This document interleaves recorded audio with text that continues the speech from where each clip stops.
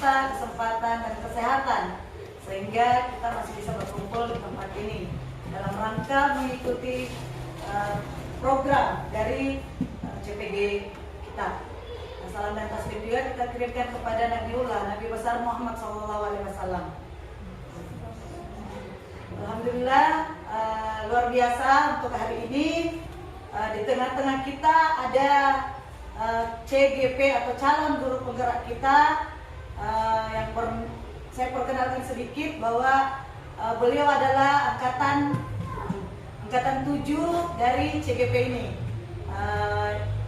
Beliau hari ini akan diseminasi tentang penerapan budaya positif di sekolah. Kali ini kita akan mengikuti diseminasi ini kepada Ibu Diana SPD. Disilakan. Terima kasih banyak Bu atas kesempatan ini diberikan. Silakan.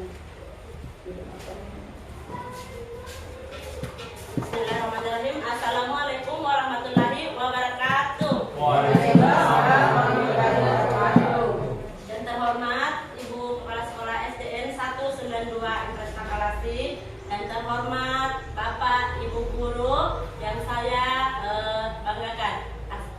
Terima kasih atas kesempatan yang diberikan dengan meluangkan waktu untuk hadir di kegiatan diseminasi saya pada hari ini. Sedikit saya sampaikan, saya berdiri di depan sini bukan untuk karena saya lebih baik atau lebih bisa, tapi saya hanya ingin membagi sedikit ilmu yang saya dapatkan dari kegiatan pendidikan guru penggerak yang saya dapatkan pada materi modul 1.4, yaitu tentang penerapan budaya positif. Dan diseminasi ini juga termasuk salah satu syarat untuk mengerjakan tugas saya pada modul 1.4. Semoga dengan selesainya diseminasi ini kita bisa saling memberi saran, saling melengkapi, dan semoga bisa menerapkan budaya positif di sekolah kita. Untuk pada waktu dan kesempatan ini saya akan memulai persentase atau diseminasi saya. Saya tidak bisa memperkenalkan diri karena pasti sudah tahu semua.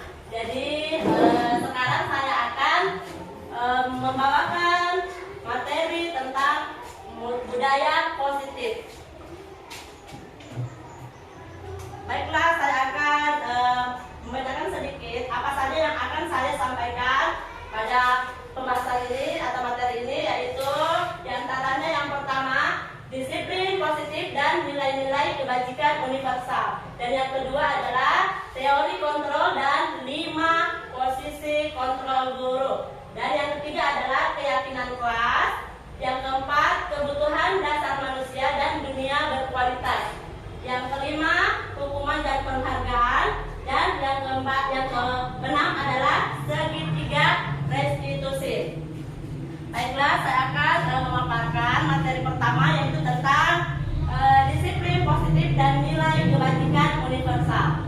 Disiplin positif merupakan suatu tindakan yang berdasarkan pada nilai-nilai kebajikan universal. Disiplin positif dapat kita mulai dari diri kita sendiri. Disiplin diri berarti kita bisa bertanggung jawab terhadap apa yang kita lakukan.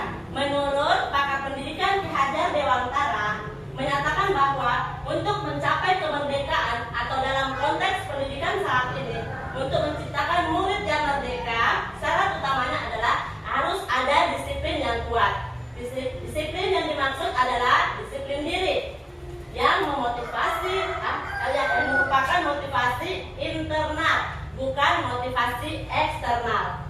Jadi sebagai seorang pendidik, kita harus memiliki motivasi internal, motivasi yang timbul dari dalam diri kita sendiri, bukan karena adanya dorongan dari luar. Jadi sebagai seorang pendidik, kita harus memiliki motivasi itu agar anak-anak didik kita juga atau murid-murid kita juga bisa memiliki motivasi internal. Selanjutnya, disiplin positif yang dikemukakan oleh pakar pendidikan Ki Hajar Dewantara dan Dian Gerson, di mana kedua pakar pendidikan ini disiplin sebagai bentuk kontrol diri, yaitu belajar untuk mengontrol diri sendiri agar dapat mencapai tujuan yang mulia.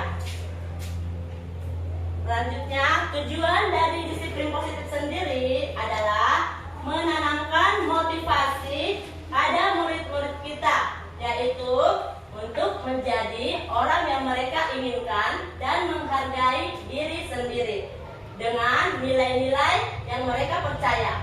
Ketika murid kita memiliki motivasi tersebut, yaitu motivasi intrinsik atau motivasi internal, maka mereka telah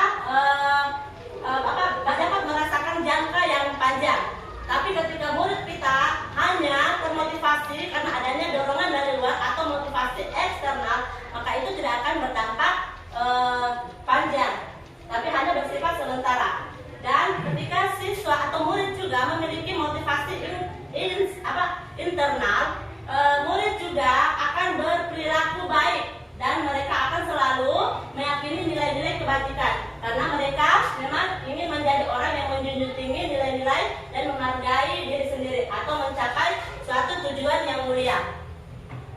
Terus selanjutnya adalah nilai-nilai kebajikan.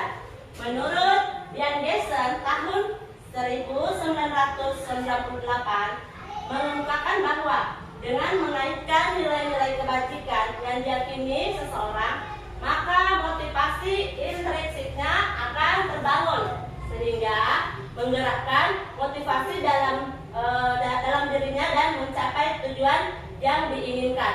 Jadi budaya positif ini adalah suatu perilaku yang bisa kita kembangkan di sekolah agar anak-anak didik kita memiliki motivasi yang timbul dari dalam dirinya sendiri. Mereka bisa menyadari bahwa apa yang mereka lakukan suatu hal yang betul-betul terbaik dan bukan karena adanya dorongan dari luar atau adanya penghargaan atau takut karena peraturan atau hukuman-hukuman. Jadi mereka akan sadar sendiri bahwa apa yang mereka lakukan itulah yang terbaik karena adanya keyakinan yang mereka yakini bahwa mereka itu melakukan hal yang seperti itu adalah suatu perbuatan yang mulia. Selanjutnya, salah satu masih lanjutan dari yang tadi, salah satu dari contoh disiplin positif yang ada pada saat sekarang ini ialah cita-cita dari pakar pendidikan Ki Hajar Dewantara, yaitu tercapainya profil pelajar Pancasila.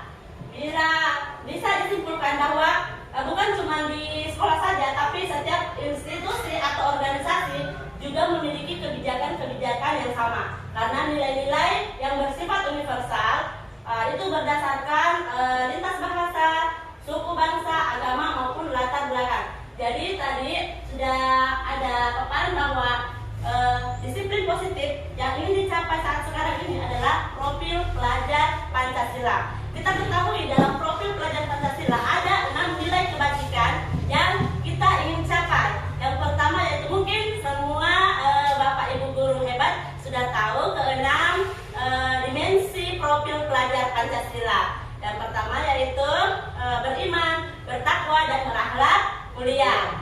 Terus mandiri, bergotong royong, berkebinekaan global, kreatif, dan berpikir kritis. Itulah 6 nilai kebajikan yang kita akan capai sebagai penerapan budaya positif. Bukan cuma di sekolah ini saja, tapi di mana saja ketika di pendidikan-pendidikan, itulah yang merupakan tujuan utama yang akan dicapai oleh anak-anak bangsa agar mereka memiliki nilai-nilai kebajikan yang dapat dicapai dan bisa diterapkan suatu saat nanti. Terus saya lanjutkan, tujuan mulia dari penerapan disiplin positif adalah agar terbentuknya murid-murid yang berkarakter, berdisiplin, santun, jujur, peduli, bertanggung jawab, dan merupakan pembelajar sepanjang hayat, dan memiliki merupakan standar kompetensi lulusan yang diharapkan sesuai dengan nilai-nilai kebajikan universal. Nah, jadi itulah pemaparan saya tentang teori budaya positif. Nah, terus pemaparan yang kedua yaitu tentang teori kontrol. Teori kontrol atau 5 posisi kontrol guru. Jadi kita sebagai seorang pendidik memiliki 5 posisi kontrol. Pada teori kontrol, ini dipaparkan oleh seorang ahli pendidikan yaitu Dr. William Glasser atau Gossen.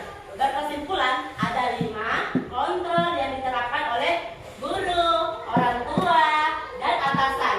Kelima posisi ini adalah yang pertama adalah sebagai penghukum, dan yang kedua adalah pembuat rasa bersalah, yang ketiga sebagai posisi teman, yang keempat sebagai pemantau, dan yang kelima adalah sebagai manajer.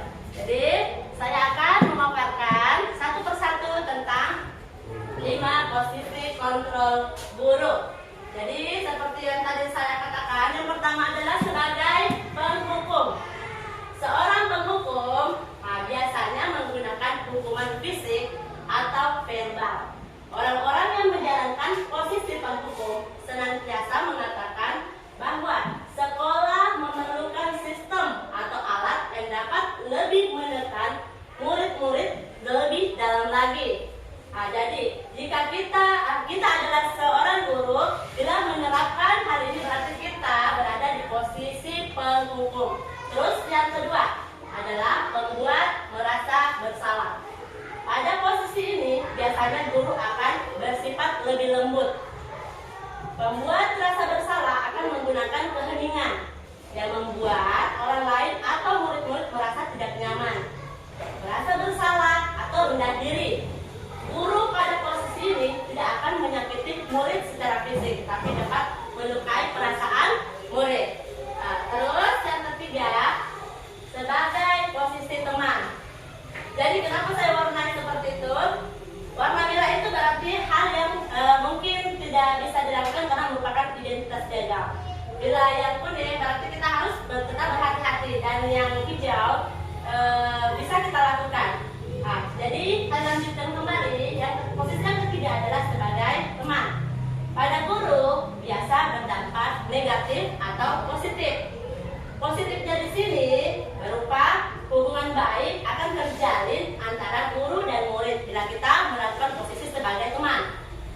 Guru pada posisi ini menggunakan hubungan baik dengan cara humoris atau mempengaruhi seseorang, atau mempengaruhi anak. Mereka itu seorang guru atau orang tua atau atasan akan mendekati siswa dan memberikan berbagai macam alasan agar anak itu bisa lebih dekat lagi pada si posisi teman ini. Terus sedangkan posisi negatifnya, bila kita melakukan posisi sebagai teman, maka murid itu bisa saja tidak menghargai kita lagi atau tidak menghormati gurunya lagi, karena mereka merasa mereka itu sudah dekat dengan guru. Jadi penghormatan kepada gurunya atau menghargai gurunya itu sudah dia hilangkan karena merasa sudah sangat dekat dengan gurunya. Jadi ini perlu kita hati-hati dalam melakukan posisi kontrol sebagai teman.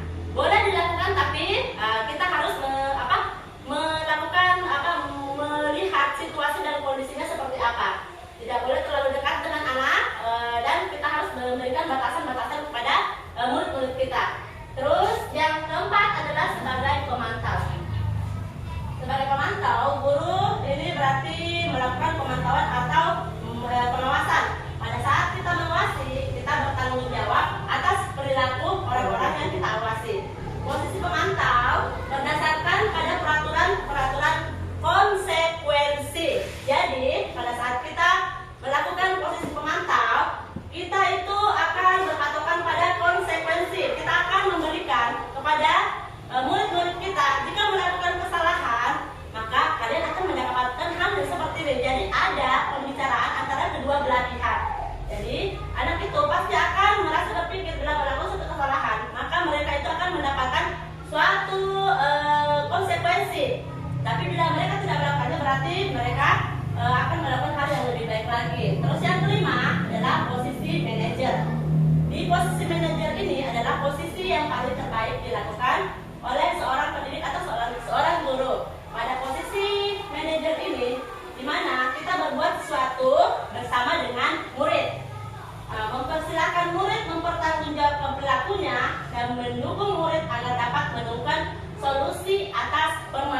temannya sendiri. Nah, inilah 5 posisi kontrol guru. Nah, selanjutnya, di sini ada, ini tapi tidak tertara, tapi saya sudah memiliki print out-nya. Di sini ada tabel tentang bagaimana posisi kontrol restitusi.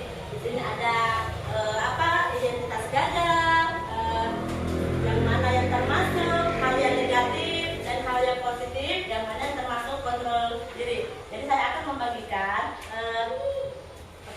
tentang 5 kontrol restitusi.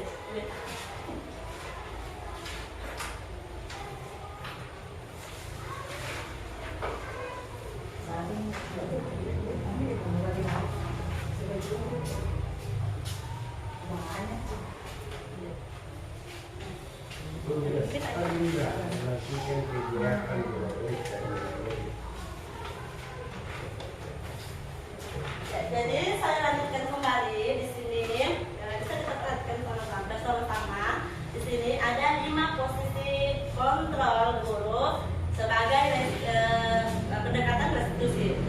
Jadi 5 posisi kontrol guru ini bisa dilakukan. Ada yang termasuk motivasi eksternal atau dorongan dari luar. Ada juga yang termasuk motivasi intrinsik atau timbul dari dalam diri kita sendiri. Adapun posisi kontrol yang merupakan identitas gagal, yaitu ada 2, sebagai penghukum dan pembuat merasa bersalah. Dan ini merupakan posisi kontrol yang bersifat negatif. Terus ada juga posisi kontrol yang merupakan identitas sukses, yaitu sebagai teman, pemantau, dan manajer. Sedangkan teman dan pemantau ini merupakan posisi kontrol yang termasuk positif, sedangkan manajer merupakan posisi kontrol diri sendiri. Di sini dalam posisi kontrol, guru dapat berbuat bila sebagai penghukum, seorang guru atau orang tua serta atasan dapat menghardik, menunjuk atau menyakiti seseorang yang dihukum. Terus akan berkata, kalau kamu tidak melakukannya, saya akan. Berarti ini merupakan suatu pemaksaan, dan hasilnya kepada yang dihukum akan memberontak dan akan memiliki sikap dendam dan menyalahkan orang lain. Dia tidak akan jujur dengan diri sendiri. Bahkan apa yang mereka lakukan, kesalahan yang telah dia perbuat akan dilemparkan atau disalahkan kepada orang lain.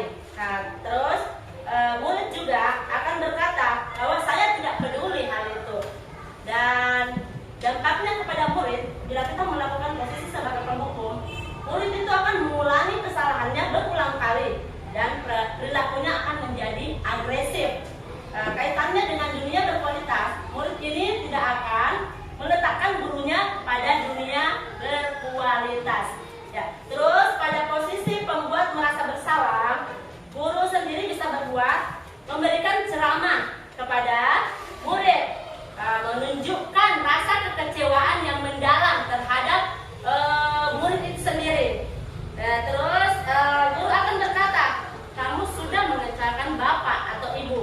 Jadi murid ini akan merasa rendah diri, merasa tidak melakukan suatu kesalahan yang membuat seseorang itu merasa kecewa. Hasilnya murid akan menyembunyikan atau menyangkal serta akan berbohong. Terus murid akan berkata, maafkan saya. Dampaknya pada murid, bila kita melakukan posisi kontrol sebagai pembuat merasa bersalah, murid akan merasa rendah diri, merasa gagal dan tidak berharga. Terus kaitannya dengan dunia berkualitas, murid akan meletakkan guru di dalam dunia berkualitas. Nah, terus sebagai posisi teman, dalam posisi teman, guru akan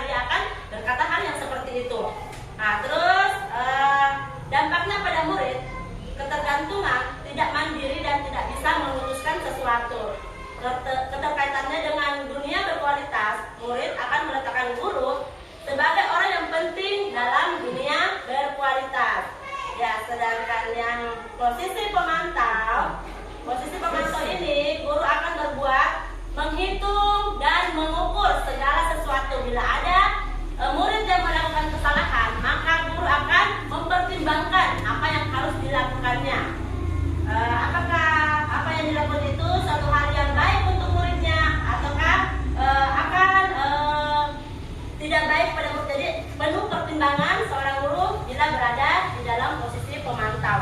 Guru akan berkata, apa peraturannya, apa konsekuensinya, apa yang telah kamu lakukan, apa yang terjadi sekarang. Nah, hasilnya akan menyesuaikan bila diawasi. Tapi bila tidak diawasi lagi, maka siswa akan melakukan kesalahan yang sama. Nah, terus dampaknya pada murid akan berkata, saya akan dapat berapa bintang kalau melakukan hal tersebut. Jika sudah melakukan hal tersebut, akankah saya mendapatkan apa? Nah, terus dampaknya pada murid menitik beratkan pada dampak pada diri sendiri, mendapat hadiah atau mendapatkan hukuman. Jadi seorang murid akan mempertimbangkan, bila saya melakukan hal ini, maka saya akan mendapatkan hadiah dan penghargaan dari guru saya. Tapi bila saya tidak melakukannya, maka saya akan mendapatkan hukuman. Nah, karena pada posisi pemantau ini memang sudah ada kesepakatan antara guru dan murid. Jadi adanya kesepakatan bersama sehingga murid bisa mempertimbangkan hal-hal yang akan mereka lakukan. Terus kaitannya dengan dunia berkualitas, murid akan meletakkan guru pada peraturan di dunia berkualitas. Sedangkan yang terakhir adalah posisi kontrol sebagai manajer. Inilah yang paling terbaik, ya, yaitu guru akan berkata atau mengajukan pertanyaan-pertanyaan kepada murid. Pertanyaan yang diajukan guru adalah, apa yang kamu yakini? Apakah kamu meyakini hal tersebut? Kalau memang meyakini, maka kamu memperbaikinya. Kalau kamu memperbaikinya, jadi kira-kira hal tersebut akan menggambarkan apa tentang dirimu. Jadi ini berkaitan dengan keyakinan atau nilai-nilai kebajikan yang diyakini bersama. Nah, terus hasilnya adalah menguatkan karakter dan watak seorang murid. Nah, murid akan berkata, bagaimana caranya agar saya bisa memperbaiki keadaan ini? Saya akan memperbaiki masalah ini dengan cara apa? Jadi murid ini memiliki motivasi intrinsik, motivasi dalam diri sendiri. Bila melakukan kesalahan tanpa diperintah lagi, sudah sadar bahwa apa yang akan mereka lakukan untuk memperbaiki kesalahannya dan tidak melakukan kesalahan yang sama lagi.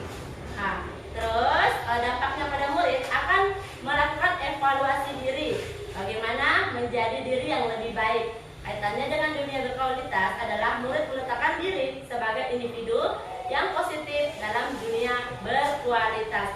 Inilah dampak dari 5 posisi kontrol yang bisa dilakukan oleh atau yang biasa dilakukan oleh guru.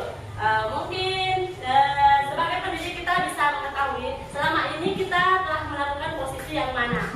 Nah, semoga nanti kita bisa melakukan posisi sebagai identitas sukses. Jadi ada 3 ya, sebagai posisi teman, sebagai pemantau, dan sebagai manajer. Bila posisi penghukum, mungkin ini adalah suatu larangan dalam dunia pendidikan. Tidak lagi diperbolehkan untuk melakukan posisi kontrol sebagai penghukum.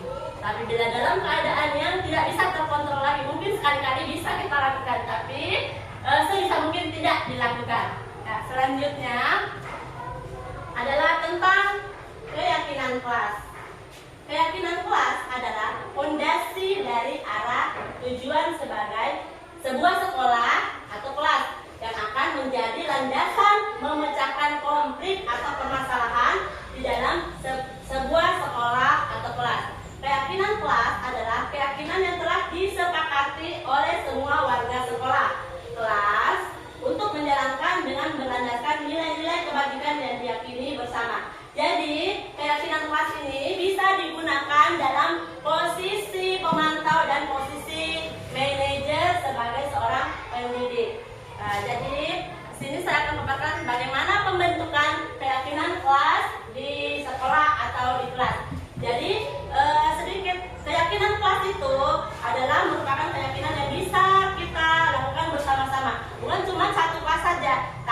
bisa dilakukan oleh semua kelas yang ada di sekolah.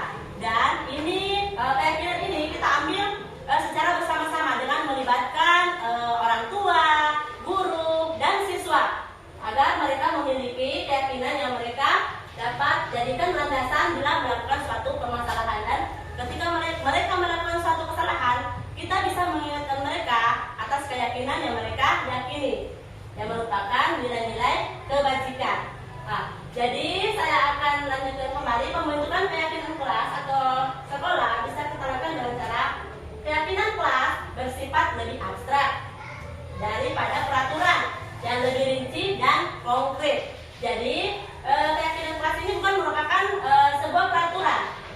Yang kedua, keyakinan kelas berupa pertanyaan-pertanyaan universal.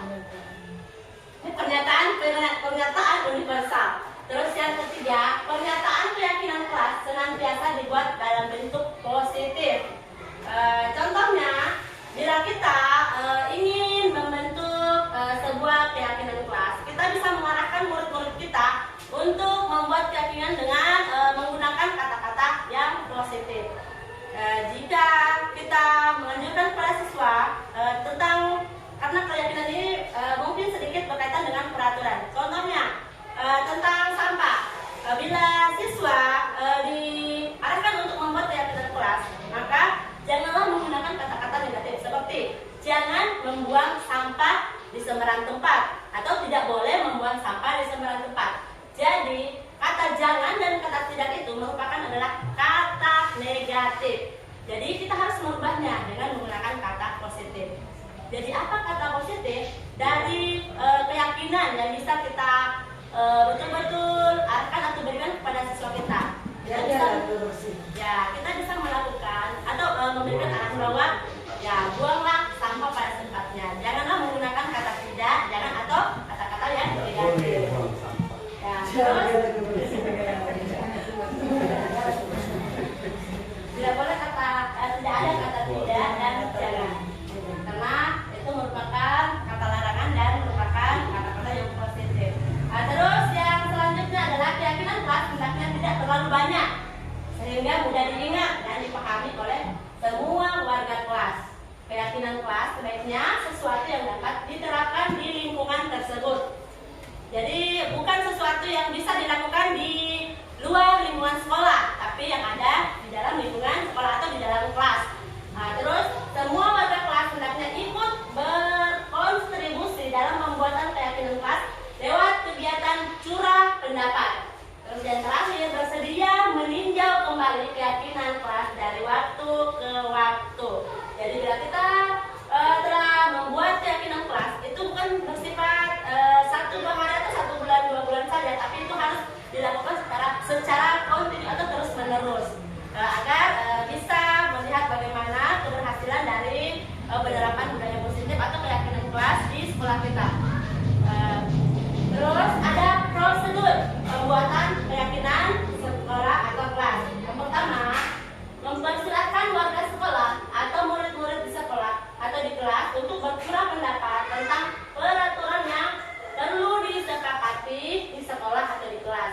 Terus yang kedua, mencatat semua masukan para murid atau warga sekolah di papan tulis atau di kertas besar, kertas ukuran poster, di mana semua anggota kelas atau warga sekolah bisa melihat hasil curah pendapat agar tidak ada yang merasa pendapat saya tidak diterima. Jadi kita ambil semua lalu kita tempelkan. Terus kita susun keyakinan kelas sesuai prosedur pembentukan keyakinan sekolah.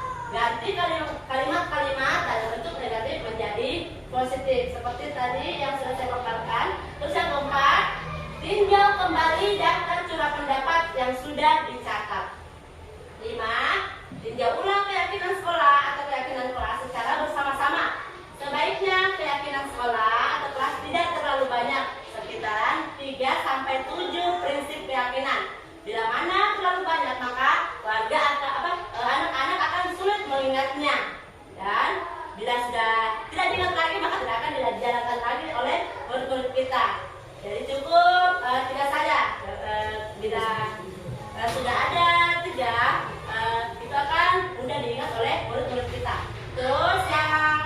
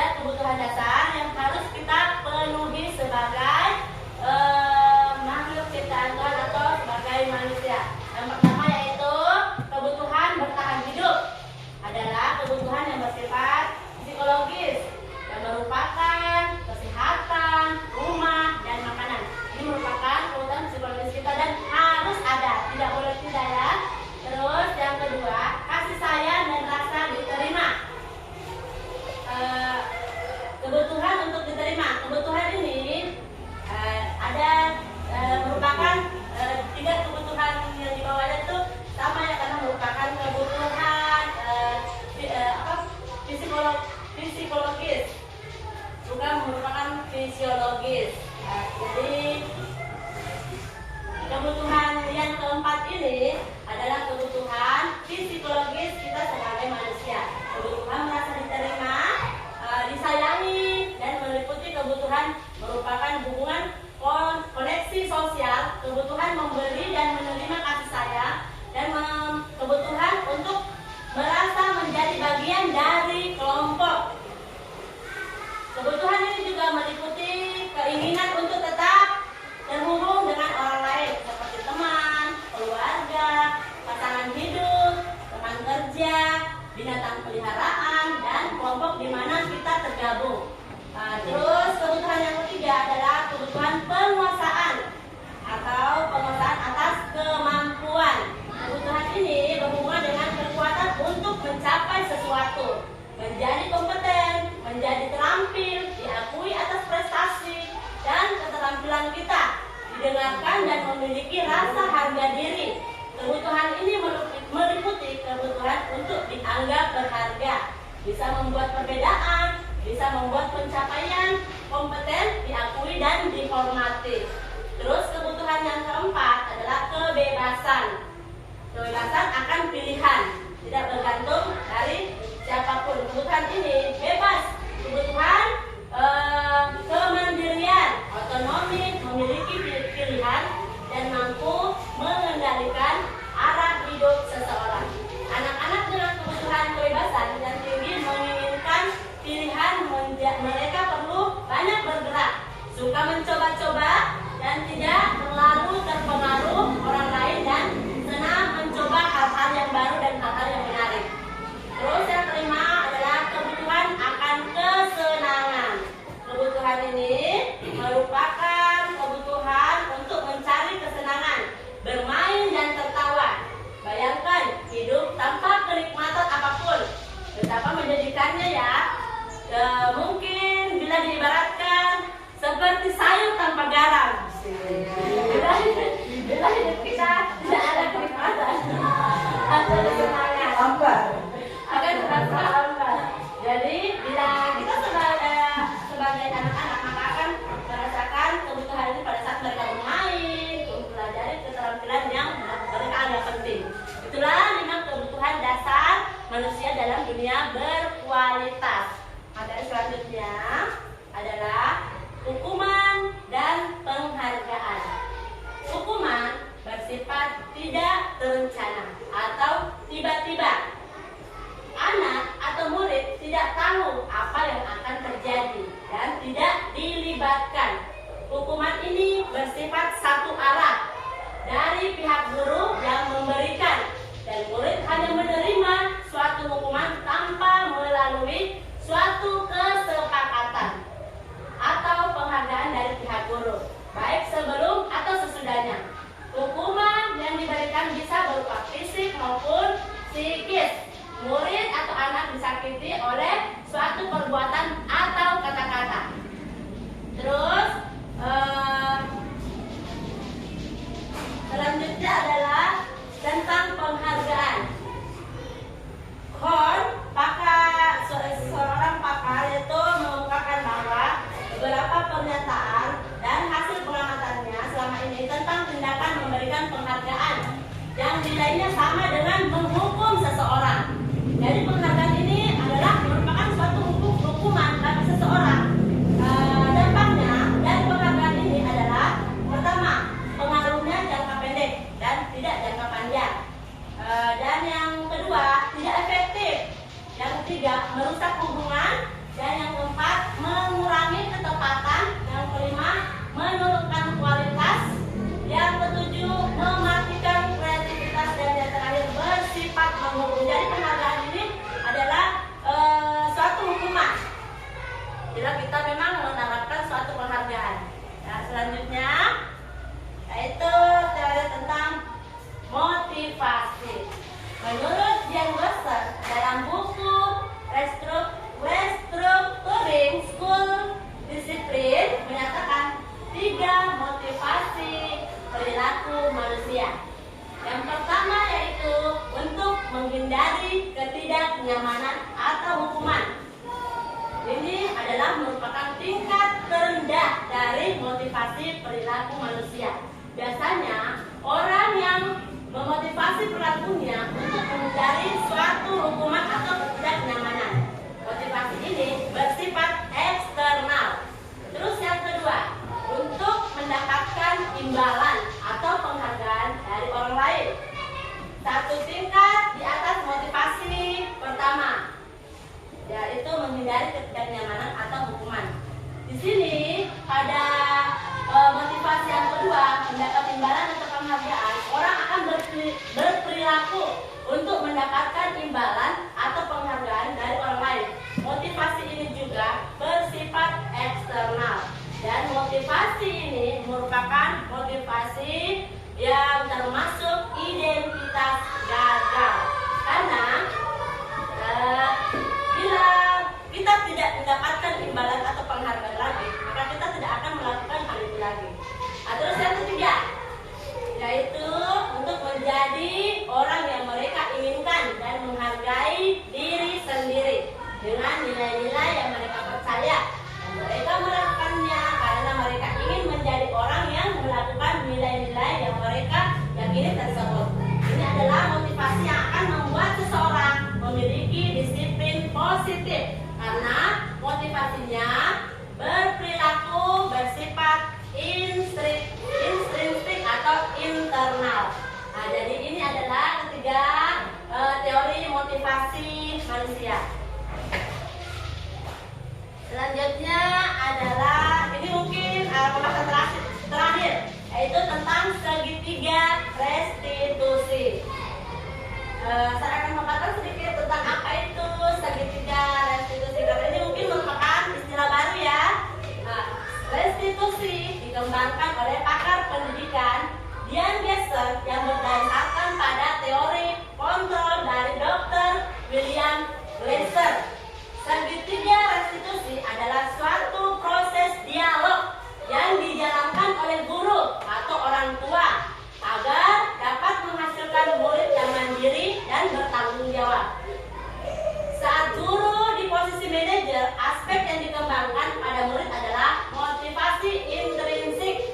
Proses dialog terdiri dari 3 langkah yang digambarkan pada ketiga posisi segitiga restitusi. Yang pertama adalah menstabilkan identitas, yang kedua adalah validasi tindakan yang salah, dan yang ketiga adalah menanyakan keyakinan.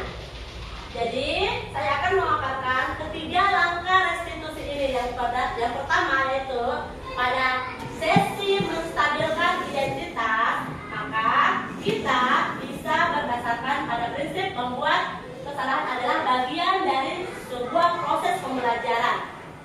Berperan menggeser identitas murid dari identitas gagal ke identitas sukses. Jangan mengkritik murid yang sedang melakukan identitas gagal. Pernyataan yang dapat kita ajukan kepada murid dalam sesi pertama ini menstabilkan identitas ketika kita melakukan pendekatan segitiga restitusi adalah, yaitu membuat kesalahan adalah suatu hal yang wajar. Terus manusia itu tidak akan ada yang sempurna. Yang ketiga, pernyataan yang ketiga, kita bisa memperbaiki masalah. Dan yang keempat adalah, saya tidak menanyakan kesalahan, tetapi fokus pada memperbaiki masalah. Terus yang kelima, apakah saat ini kamu telah menjadi orang yang baik untuk dirimu sendiri? Jadi inilah yang bisa kita berikan pernyataan kepada murid kita bila melakukan suatu kesalahan pada saat kita melakukan pendekatan segitiga restitusi. Pada sesi kedua, yaitu validasi tindakan yang salah. Jadi kita sebagai guru bisa berdasarkan pada prinsip setiap perilaku berupaya memenuhi sebuah kebutuhan tertentu. Guru akan bergeser dari pemikiran stimulus respon menjadi proaktif. Terus mengenali dan mengakui kebutuhan murid yang dapat memperbaiki hubungan murid dengan murid yang lain. Pernyataan atau pernyataan yang dapat kita ajukan pada saat melakukan pendekatan restitusi ini adalah, yang pertama, kamu bisa saja bertindak gegabah dari ini. Yang kedua, kamu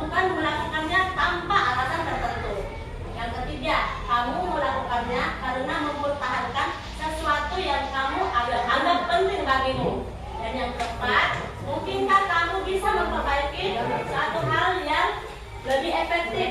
Bersediakah kamu melakukannya? Nah, jadi itu yang bisa kita lakukan pada langkah kedua. Dan yang terakhir yaitu menanyakan keyakinan. Pada langkah ketiga ini kita bisa melakukan teori kontrol menyatakan bahwa pada dasarnya kita termotivasi secara internal atau intrinsik. Terus saat berperilaku telah divalidasi dan identitas sukses telah berhasil atau stabil. Maka murid telah siap mengaitkan keyakinan dengan tindakan yang salah. Pertanyaan yang bisa diajukan pada langkah ketiga ini adalah: pertama, sebagai keluarga atau kelas, apa yang kita yakini? Dua, nilai-nilai apa yang telah kita sepakati? Dan ketiga, seperti apa gambaran sebuah kelas yang nyaman bagi kamu? Dan yang keempat, kamu ingin menjadi orang yang seperti apa? Jadi inilah ketiga langkah yang bisa kita lakukan pada saat kita melakukan atau menerapkan pendekatan segitiga restitusi. Jadi ada hal-hal yang bisa kita perhatikan atau perlu perhatikan dalam melakukan segitiga restitusi, yaitu satu, perilaku yang salah perlu dikaitkan dengan nilai-nilai atau keyakinan-keyakinan yang telah disepakati atau disetujui. Yang kedua, kesediaan orang yang melakukan kesalahan untuk memperbaiki masalah. Terus yang ketiga, pemecahan masalah sebisa mungkin relevan atau memiliki hubungan masalah yang ada. Jadi tidak berbeda dalam anak-anak melakukan hal yang contohnya terlambat, tidak boleh dihukum dengan hal yang tidak berkaitan dengan kesalahannya. Terus yang selanjutnya, keempat, perlu ada usaha memperbaiki dari pihak yang membuat kesalahan. Yang kelima, perlu dedikasi waktu dari pihak yang berbuat kesalahan. Tanyakan kapan akan memulai diberlakukannya usaha untuk memperbaiki masalah. Nah, dengan melakukan segitiga restitusi, murid ini diharapkan dapat pertama menjadi lebih kuat dan secara pribadi, dan yang kedua membuka wawasan murid agar dapat memperbaiki permasalahan sendiri. Yang ketiga, semakin percaya diri, mandiri dan merdeka. Itulah pemaparan yang saya sampaikan pada saat ini tentang budaya positif. Saya akan membuka sesi tanya jawab. Saya kembalikan ke moderator. Terima kasih atas diseminasi yang telah dilakukan oleh Bu Diana. Alhamdulillah beberapa menit, mungkin 60 menit kita sudah menyaksikan beliau memaparkan diseminasinya.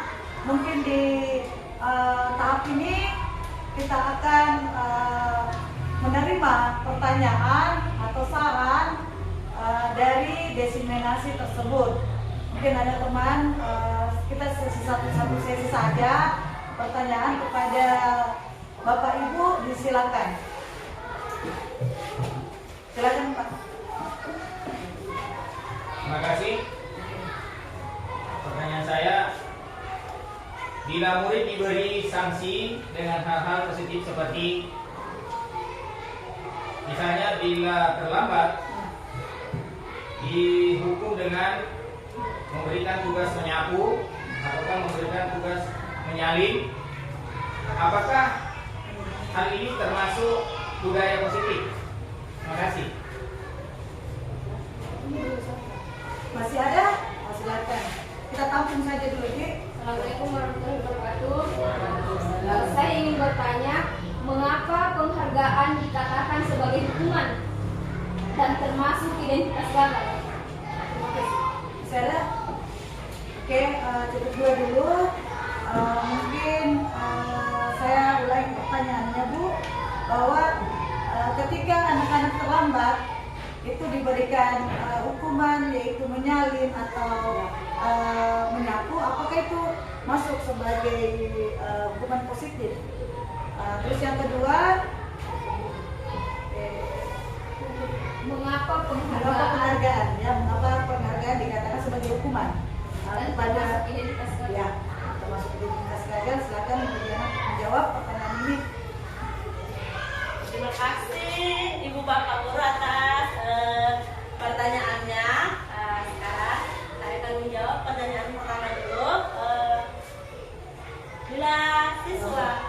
ada siswa yang terlambat melakukan kesalahan, apakah bisa dihukum dengan hal-hal yang positif seperti menyapu atau menyalin, dan apakah ini termasuk budaya positif. Jadi hukuman atau konsekuensi yang diberikan kepada anak berupa keterlambatan yang tidak sesuai dengan hukum kesalahan yang mereka lakukan, ini bukan termasuk budaya positif. Dan kesalahan yang dilakukan anak-anak seperti jika mereka terlambat dan dihukum menyapu atau dihukum menyalin, maka yang ada dalam pikiran anak dan yang tertanam dalam pikiran anak bahwa menyapu adalah sebuah hukuman. Jadi ketika kelas dalam keadaan kotor, mereka tidak akan menyapu, mereka tidak akan sadar bahwa harus menyapu karena kelas saya kotor. Mereka akan menganggap saya tidak dihukum sekarang, buat apa saya menyapu? Jadi suatu tindakan yang baik atau hal-hal yang positif itu akan hilang karena kita telah melakukan suatu hukuman tidak sesuai dengan kesalahan yang mereka perbuat. Jadi apa yang mereka yakini bahwa menyapu itu adalah sebuah hukuman. Ketika mereka tidak dihukum, mereka tidak akan menyapu lagi. Sama halnya dengan menyalin. Ketika mereka melakukan kesalahan dan hukumannya adalah menyalin, walaupun itu adalah suatu hal yang positif yang bisa membuat anak melakukan suatu kebiasaan menyalin, tapi itu tidak sesuai dengan kesalahan yang mereka perbuat. Mereka tuh akan berpikir, saya buat apa menyalin? Karena sekarang saya tidak dalam keadaan dihukum. Jadi mereka tidak akan menyadari hal-hal baik yang harus mereka lakukan. Dan apa yang mereka yakini itu tidak akan bisa menjadikan keyakinan yang akan menuntun mereka menjadi anak yang lebih mandiri, lebih kreatif, atau lebih memiliki kreativitas dan kesadaran untuk melakukan hal-hal yang baik. Terus lakukan jadi hal yang bisa kita lakukan ketika anak melakukan satu kesalahan, yaitu lakukanlah pendekatan segitiga restitusi. Jadi itu yang bisa kita lakukan. Jadi anak ketika kita melakukan segitiga restitusi, anak akan sadar sendiri bahwa kesalahan apa yang dia mereka perbuat, apa yang harus mereka lakukan untuk memperbaiki kesalahannya sendiri. Jadi anak itu berbuat dan tidak akan diperintah atau tidak perlu ada dorongan dari luar untuk memperbaiki kesalahan mereka. Nah, terus bagaimana Pak atas pertanyaan? Apa sih? Asik kurang aja. Terima kasih. Ya. Jawabannya. Terima kasih banyak Pak atas kepuasannya. Terus yang selanjutnya pertanyaan kedua, mengapa penghargaan dikatakan hukuman dan merupakan identitas gagal? Jadi tadi juga saya sudah paparkan bahwa penghargaan adalah merupakan hukuman. Sedikit penghargaan itu mungkin tidak akan berlaku hukuman pada orang yang mendapatkan penghargaan, tapi hukuman itu akan berlaku pada orang yang tidak mendapatkan penghargaan itu. Contohnya, ketika ada anak yang mendapatkan penghargaan dan anak di sebelahnya juga melakukan hal yang baik, tapi dikala cepat oleh anak tersebut, padahal itu juga merupakan suatu jawabannya. Anak ini merasa, wah saya terlambat, saya ini tidak bisa melakukan hal yang baik, saya tidak bisa dapat penghargaan dari ibu. Jadi ini sudah merupakan hukuman buat dia. Nah, sama juga seperti halnya pemberian peringkat. Ketika anak mendapatkan peringkat 1 dan ada temannya dan cuma kurang 1 saja nilainya untuk mencapai peringkat 1 ini, maka dia akan merasa kecewa. Dia akan merasa mendapatkan sebuah hukuman karena tidak bisa belajar lebih giat lagi sehingga bisa mencapai peringkat itu. Dan ini bisa membuat antara murid yang satu dengan murid yang lainnya ini saling bertentangan. Jadi ini akan merusak sebuah hubungan. Tidak akan memperbaiki hubungan bila kita melakukan sebuah penghargaan. Karena saya katakan penghargaan itu adalah sebuah identitas gagal karena tidak berlaku jangka panjang. Dan ini bisa merupakan penghukum bagi si anak yang bisa mencapai tapi mungkin karena perbedaan sedikit saja sehingga dia tidak mencapainya. Mungkin itu sedikit penjelasan saya. Bagaimana Ibu Guru?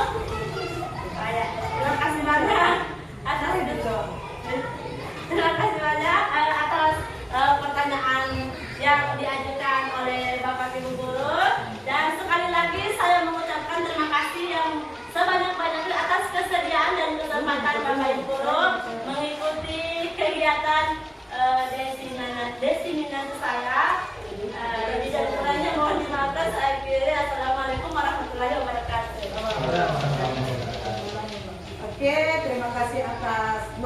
pertanyaan yang disampaikan oleh Bapak Ibu Guru.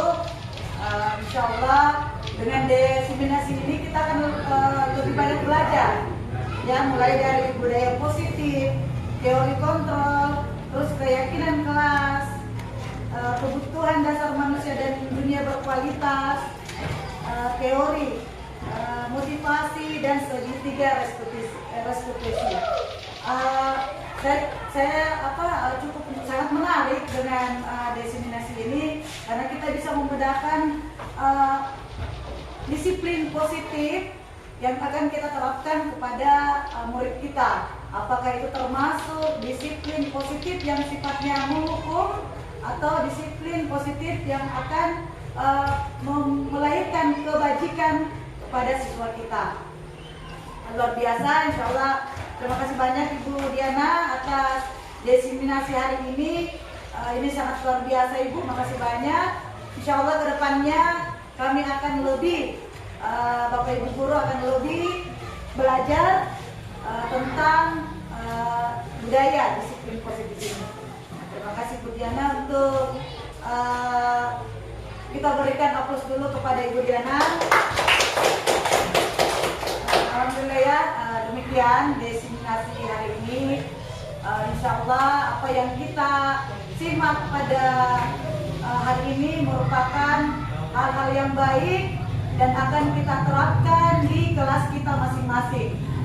Terutama saya sebagai kepala sekolah, insya Allah keputusan atau keyakinan sekolah kita akan buat secara bersama-sama. Yang dulunya hanya kita download di Google tentang aturan-aturan sekolah, insya Allah dengan diseminasi ini kita akan membuat keyakinan sekolah dengan bersama-sama bermusyawarah dengan semua warga sekolah, ya, Poskat Pahwabdar di SPN 192 MPS Takmalasi. Demikian diseminasi ini. Terima kasih atas kesempatan Bapak Ibu Guru pada hari ini.